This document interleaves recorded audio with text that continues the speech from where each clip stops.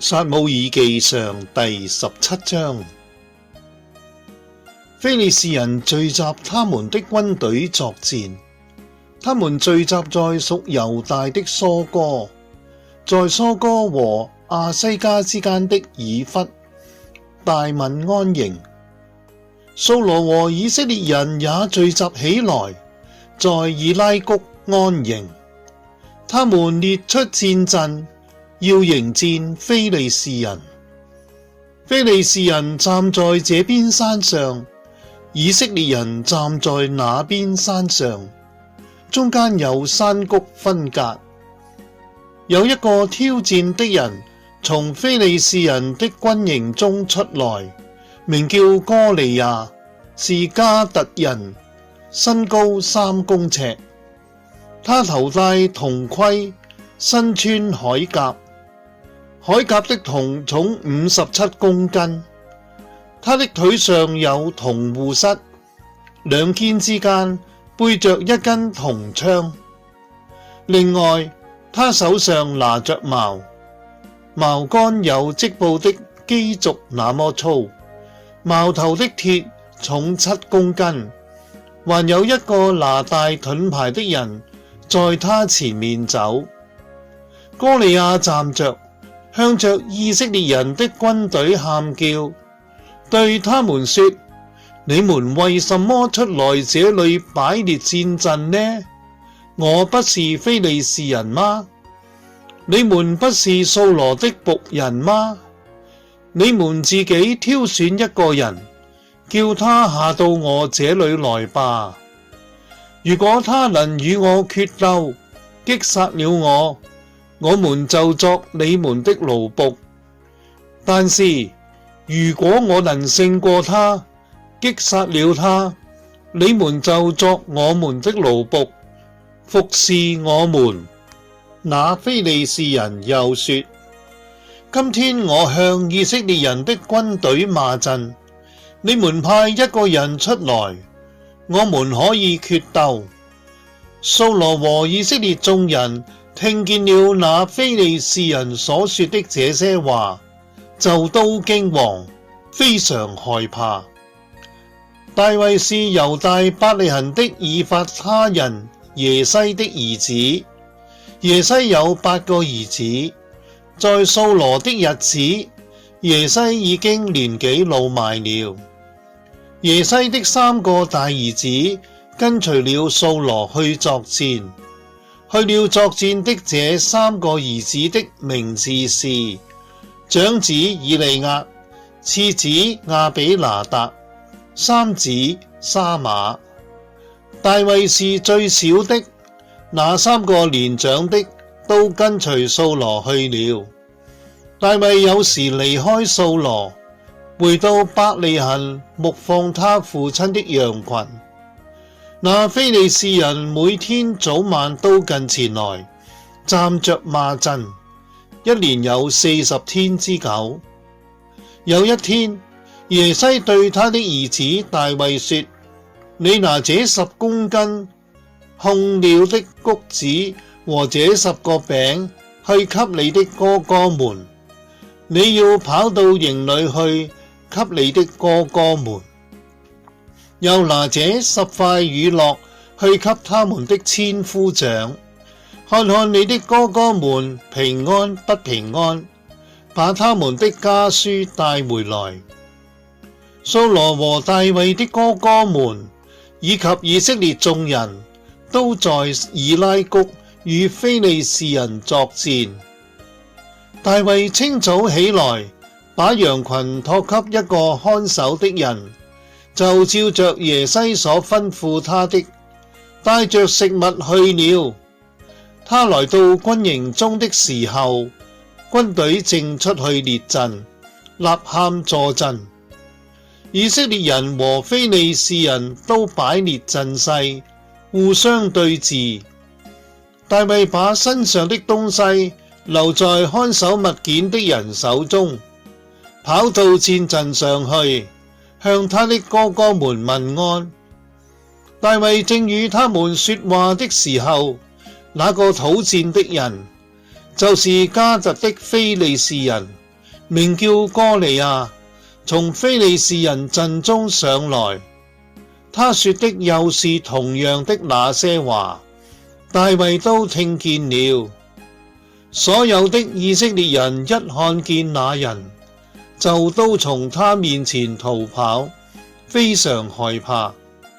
以色列人彼此說：這個上來的人你們看見了嗎？他上來是要向以色列人罵陣的。如果有人能擊殺他，王必賞賜他大財富，把自己的女兒給他作妻子，並且使他的父家在以色列中免納稅、免服役。大衛問站在他旁邊的人說：如果有人擊殺這個非利士人，除去以色列人的恥辱，那人會得到怎樣的對待呢？這未受割禮的非利士人是誰呢？竟敢向永活的神的軍隊罵陣。於是眾民用以上的那些話回答他說：如果有人能擊殺他，那人必得這樣的對待。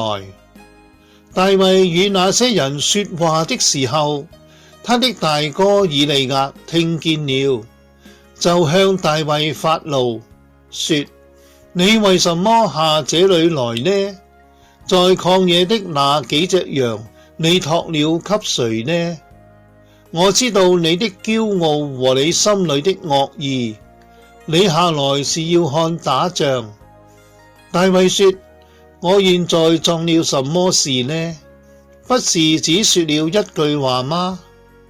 大衛離開他的哥哥，轉向另一個人，問同樣的問題。眾民還是用先前的話回答他。有人聽見大衛所說的這些話，就告訴掃羅，掃羅就派人去把大衛接來。大衛對掃羅說：大家都不要因這非利士人喪膽，你的僕人要去與這非利士人決鬥。掃羅對大衛說：你不能去與這非利士人決鬥，因為你年紀還輕，那人從小就作戰士。大衛對掃羅說：你僕人是為父親放羊的，有時獅子或熊來了，從羊群中找去一隻小羊，我就出去追趕他，擊打他，從他的嘴裏把小羊救出來。如果他起來攻擊我，我就抽住他的鬍鬚，擊打他，把他殺死。你僕人不但擊殺過獅子，也擊殺過熊。這個未受割禮的非利士人，也必像一隻獅子或熊一樣，因為他向永活的神的軍隊罵陣。大衛又說：那曾救我脫離獅爪和熊掌的耶和華，也必救我脫離這非利士人的手。於是掃羅對大衛說：你去吧，願耶和華與你同在。掃羅把自己的戰袍給大衛穿上，把銅盔戴在他的頭上，又給他穿上鎧甲。大衛把刀佩戴在戰袍上，因為他以前沒有穿過，現在試着走一下。大衛對掃羅說：穿戴着這些東西，我不能走動，因為我從前沒有穿過。大衛就把這些裝備從身上脫下來，他手中拿着自己的杖，又從溪裏挑選了5塊光滑的石子，放在口袋裏，就是牧人用的那種袋子。手裏又拿着甩石的機弦，就向那非利士人走近去。那非利士人也向着大衛慢慢走過來，拿大盾牌的人在他面前走。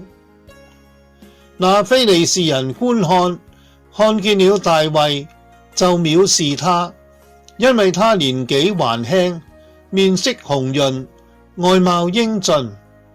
那非利士人對大衛說：難道我是一條狗嗎？你竟拿杖來攻擊我。於是指着自己的神咒詛大衛。那非利士人又對大衛說：你到我這裏來吧，我要把你的肉給空中的飛鳥和田野的走獸吃。大衛回答那非利士人：你來攻擊我是靠刀、靠矛、靠槍，但我來攻擊你是靠萬軍之耶和華的名。萬軍之耶和華就是你所辱罵的以色列軍隊的神。今天耶和華要把你交在我手裏，我必擊殺你，砍下你的頭。今天我還要把非利士人軍隊的屍體給空中的飛鳥和地上的野獸吃。這樣，全地的人就都知道以色列中有一位神，也使這些人群都知道耶和華拯救人不是靠刀，不是靠槍，因為戰爭的勝敗在於耶和華，他必把你們交在我們的手裏。那非利士人起身，迎着大衛慢慢走過來，大衛也趕快往陣上跑去，迎戰那非利士人。大衛伸手入口袋裏，從裏面拿出一塊石子來，用機弦勒去，擊中了那非利士人的前額。石子穿入前額裏面，他就仆倒，面伏於地。這樣，大衛用機弦和一塊石子勝過了那非利士人。大衛擊殺了那非利士人，但他手中沒有刀。大衛跑過去，站在那非利士人的身邊，拿起他的刀來，把刀從鞘中拔出來，殺死他，又用刀砍下他的頭。非利士人看見他們的勇士死了，就都逃跑。以色列人和猶大人就起來，高聲吶喊，追趕非利士人，直到迦特的入口和以革倫的城門。被刺死的非利士人都倒在沙拉音的路上，直到迦特和以革倫。以色列人窮追非利士人回來以後，就搶掠他們的營房。大衛拿起那非利士人的頭，把他帶到耶路撒冷去，卻把那人的武器放在自己的帳棚裏。掃羅看見大衛出去迎戰那非利士人，就問元帥押尼爾：押尼爾啊，這個年輕人是誰的兒子？押尼爾回答：我敢指着王起誓，我不知道。王說：你去問問這個少年是誰的兒子。大衛擊殺了那非利士人回來的時候，押尼爾迎接他，把他帶到掃羅面前。大衛手中還拿着那非利士人的頭。掃羅問他：年輕人啊，你是誰的兒子？大衛回答：我是你僕人伯利恆人耶西的兒子。撒母耳記上第18章。大衛對掃羅說完了話，約拿單的心和大衛的心就心相契合。約拿單愛大衛如同愛自己的命。從那天起，掃羅就把大衛留下來，不讓他回到父家去。約拿單與大衛立盟約，因為他愛大衛如同愛自己的命。約拿單把自己身上的外袍脫下來給大衛，又把自己的戰衣、刀、弓和腰帶都給了他。掃羅無論差派大衛到哪裏去，他都去，並且凡事亨通。於是掃羅立他作軍兵的將領，所有的人民和掃羅的臣僕都非常高興。大衛擊殺了那非利士人，與眾人一同回來的時候，婦女們從以色列各城裏出來，唱歌、跳舞、打鼓、歡呼，擊輕迎接掃羅王。婦女們跳舞歌唱，說：掃羅殺死千千，大衛殺死萬萬。掃羅非常惱怒，不喜歡這話，就說：他們給大衛萬萬，只給我千千，就只剩下王位沒給他。從那天起，掃羅就妒忌大衛。第二天，從神那裏來的惡鬼降在掃羅身上，他就在家中胡言亂語。大衛照常彈琴，掃羅手裏拿着槍。掃羅把槍擲過去，心裏說：我要把大衛刺在牆上。大衛兩次避開了他。掃羅懼怕大衛，因為耶和華與大衛同在，卻離開了掃羅。因此掃羅使大衛離開自己，立他作千夫長。大衛就領導眾民出入。大衛所行的一切都亨通，因為耶和華與他同在。掃羅看見大衛所行的十分亨通，就怕他。但是所有的以色列人和猶大人都愛大衛，因為他領導他們出入。掃羅對大衛說：我的大女兒米拉在這裏，我要把她賜給你作妻子，只要你作我的勇士，為耶和華爭戰。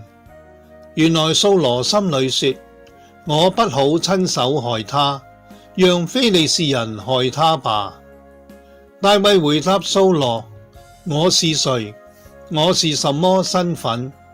我父家在以色列人中算得什麼？我怎麼作王的女婿呢？到了掃羅的女兒米拉該嫁給大衛的時候，掃羅卻把她給了米荷拉人亞得列作妻子。掃羅的女兒米甲愛大衛，有人把這事告訴掃羅，掃羅就歡喜，心裏想：我要把米甲給大衛，利用米甲作他的陷阱，好讓非利士人的手害他。於是掃羅對大衛說：你今天可以第二次作我的女婿。掃羅吩咐他的臣僕：你們要私下對大衛說，王喜歡你，他的臣僕也都愛你。現在你要作王的女婿。於是掃羅的臣僕把這些話說給大衛聽。大衛說：你們以為作王的女婿是一件小事嗎？我是個貧窮卑微的人。掃羅的臣僕把大衛所說的這些話都報告了掃羅。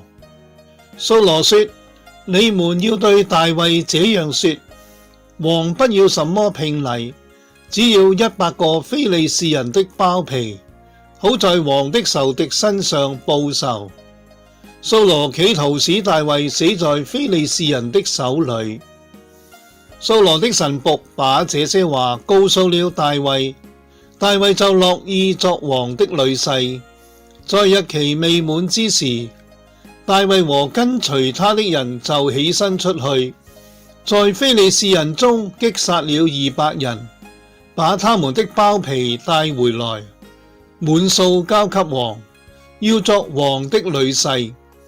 於是掃羅把他的女兒米甲給大衛作妻子。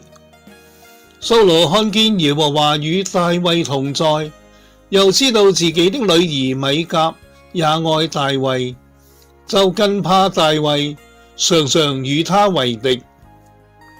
非利士人的領袖常常出征，每逢他們出征，大衛作事都比掃羅所有的臣僕所作的更亨通，所以他的名字極為人尊重。撒母耳記上第19章。掃羅吩咐他的兒子約拿單和他所有的臣僕，要把大衛殺死。但掃羅的兒子約拿單非常喜愛大衛。約拿單告訴大衛：我父親掃羅正設法要殺死你，所以明天早晨你要小心，留在隱密的地方裏躲藏起來。我會出去到你藏身的那塊田那裏，站在我父親旁邊，和他談論你的事。我看看情形怎樣，然後告訴你。約拿單向父親掃羅替大衛說好話，說：王不要得罪你的僕人大衛，因為他沒有得罪你，並且他所作的對你大有好處。他冒着生命的危險擊殺了那非利士人，耶和華為以色列人施行了大拯救。那時你看見了，也很歡喜。現在你為什麼要犯罪，無緣無故殺死大衛，流無辜人的血呢？掃羅聽了約拿單的話，就起誓說：我指着永活的耶和華起誓，大衛必不會被殺死。約拿單叫大衛來，把這一切話都告訴他。約拿單把大衛帶到掃羅那裏，他就像以前一樣，侍候在掃羅面前。後來又有戰事，大衛出去與非利士人交戰，大敗他們，他們就在大衛面前逃跑。從耶和華那裏來的惡鬼又臨到掃羅身上。那時掃羅坐在屋裏，手裏拿着槍，大衛正在彈琴。掃羅就想用槍刺殺大衛，把他刺在牆上，但大衛從掃羅面前躲開了，他的槍刺在牆上。那天晚上，大衛逃跑，就逃脫了。掃羅派人到大衛家裏去監視他，要在第二天早晨殺死他。大衛的妻子米甲告訴他說：今天晚上你若不逃命，明天就會被殺死。於是米甲從窗口把大衛垂下去，大衛就離開那裏逃走，逃脫了。米甲把家中的一樽神醬拿來，放在床上，把頭浸在用山羊毛弄成的枕頭上，再用衣服蓋着。掃羅派人來捉拿大衛，米甲說他病了。掃羅又派人去看大衛，說：你們把他連床一起抬到我這裏來，我好殺死他。奉派的人進去，看見床上有一尊家中的神像，頭枕在用山羊毛弄成的枕頭上。掃羅問米甲：你為什麼這樣欺騙我，放了我的仇敵，讓他逃走呢？米甲回答掃羅：他對我說，放我走，否則我要殺死你。大衛逃跑，逃脫了，來到拉馬見撒母耳，把掃羅對他所作的一切都告訴了撒母耳。然後他和撒母耳去拿約，住在那裏。有人告訴掃羅，大衛住在拉馬的拿約。於是掃羅派人去捉大衛，派去的人看見一群先知正在受感說話，撒母耳站着帶領他們。那時神的靈也臨到掃羅的使者身上，他們都受感說話。有人把這事告訴了掃羅，他就再派別的人去，這些人也受感說話。掃羅第三次派人去，他們也受感說話。後來掃羅也親自到拉馬去，到了西古的大井，就問人說：撒母耳和大衛在哪裏？有一個人回答：在拉馬的拿約。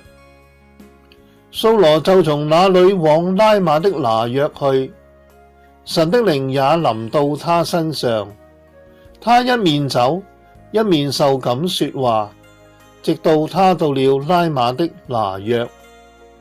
他脫掉了自己的衣服，也在撒母耳面前受感說話。那一日，他整天整夜赤着身子躺着。因此有一句俗語說：掃羅也列在先知中嗎？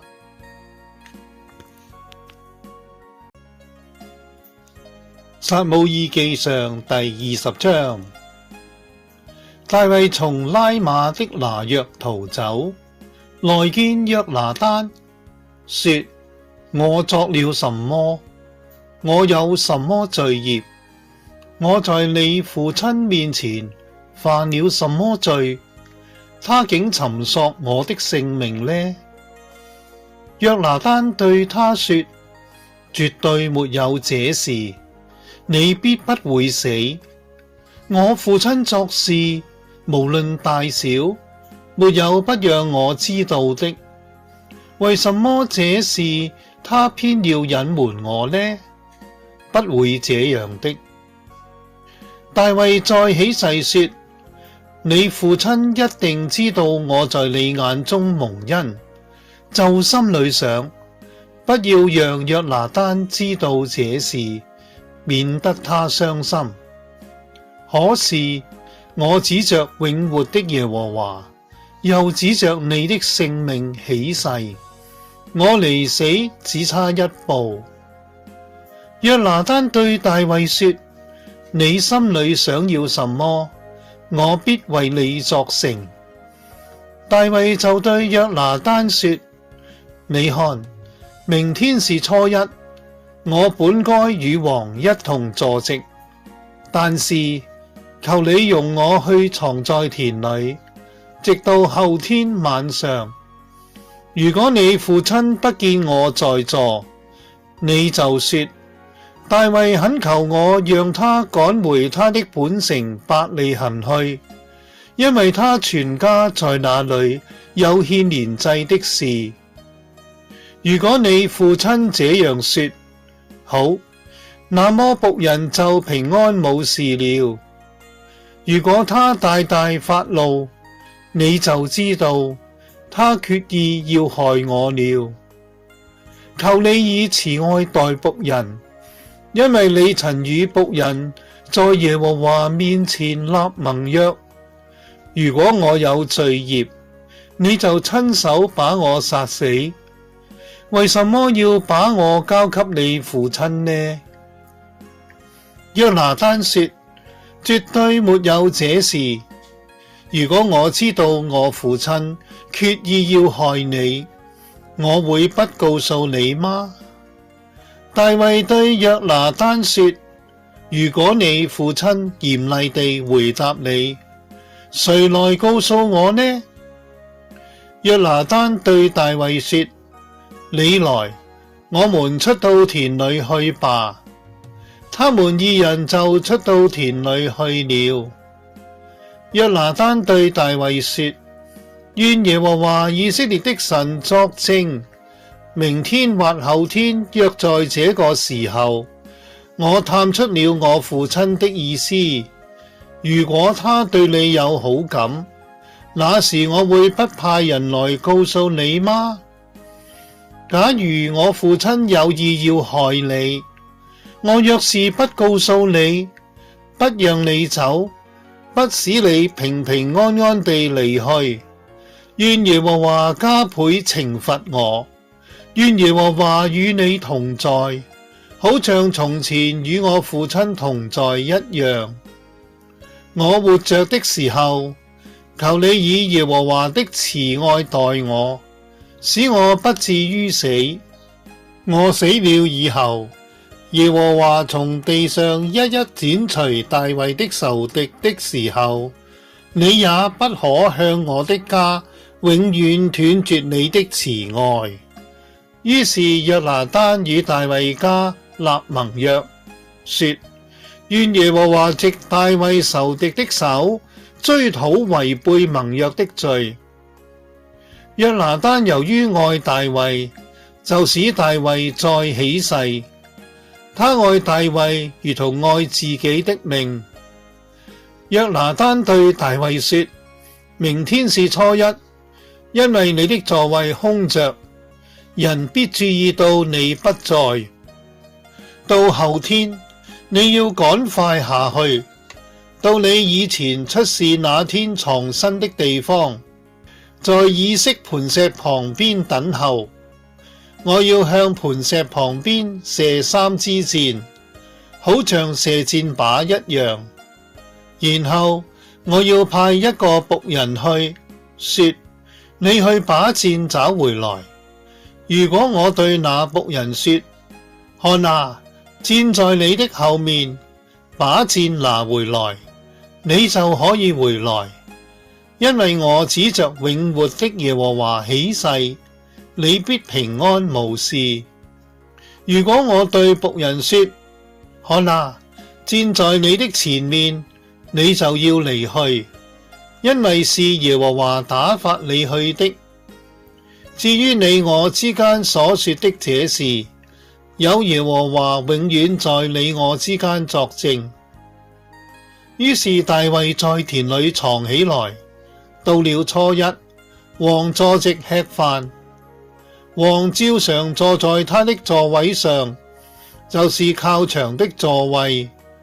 約拿單坐在對面，押尼珥坐在掃羅旁邊，大衛的座位卻空着。那天掃羅沒有說什麼，因為他心裏想，這是恰巧的事，或許大衛沾染了不潔，還沒有得到潔淨。次日就是初二，大衛的座位仍是空着。於是掃羅問他的兒子約拿單：為什麼耶西的兒子昨天今天都沒有來吃飯呢？約拿單回答掃羅：大衛懇切地求我讓他回伯利恆去。他說：求你讓我去，因為我們的家在城裏有獻祭的事，我哥哥吩咐我去，所以我若是在你眼前蒙恩，求你讓我離開，看看我的哥哥們。因此大衛沒有來赴王的筵席。於是掃羅向約拿單發怒，對他說：你這邪僻悖逆婦人所生的，我豈不知道你喜悅耶西的兒子，自取羞辱，也羞辱生你的母親嗎？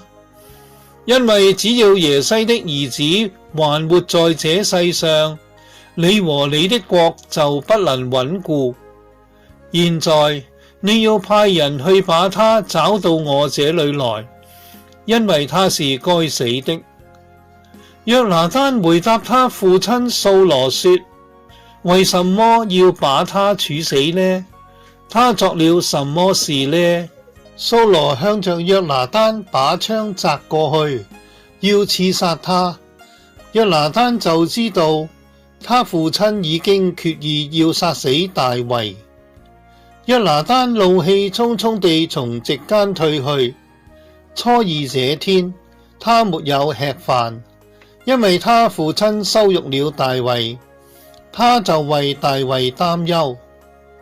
到了早晨，約拿單照着與大衛約定的時候，出到田裏去，有一個小童與他在一起。他對那童僕說：你跑去，把我所射的箭找回來。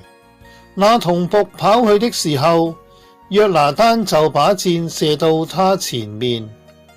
那童僕到了約拿單的箭射到的地方，約拿單就在那童僕的背後喊叫：箭不是在你的前面嗎？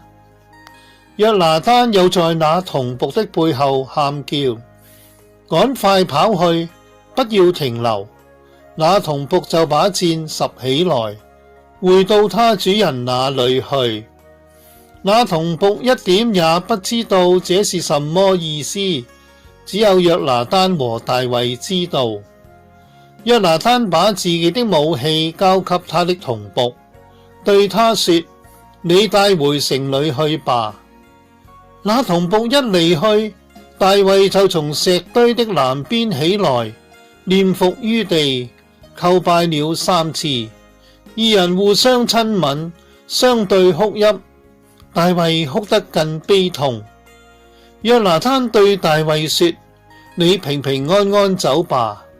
我們二人曾指着耶和華的名起誓說：願耶和華在你我之間，也在我的後裔和你的後裔之間作證，直到永遠。大衛就起身離開，約拿單也回城裏去了。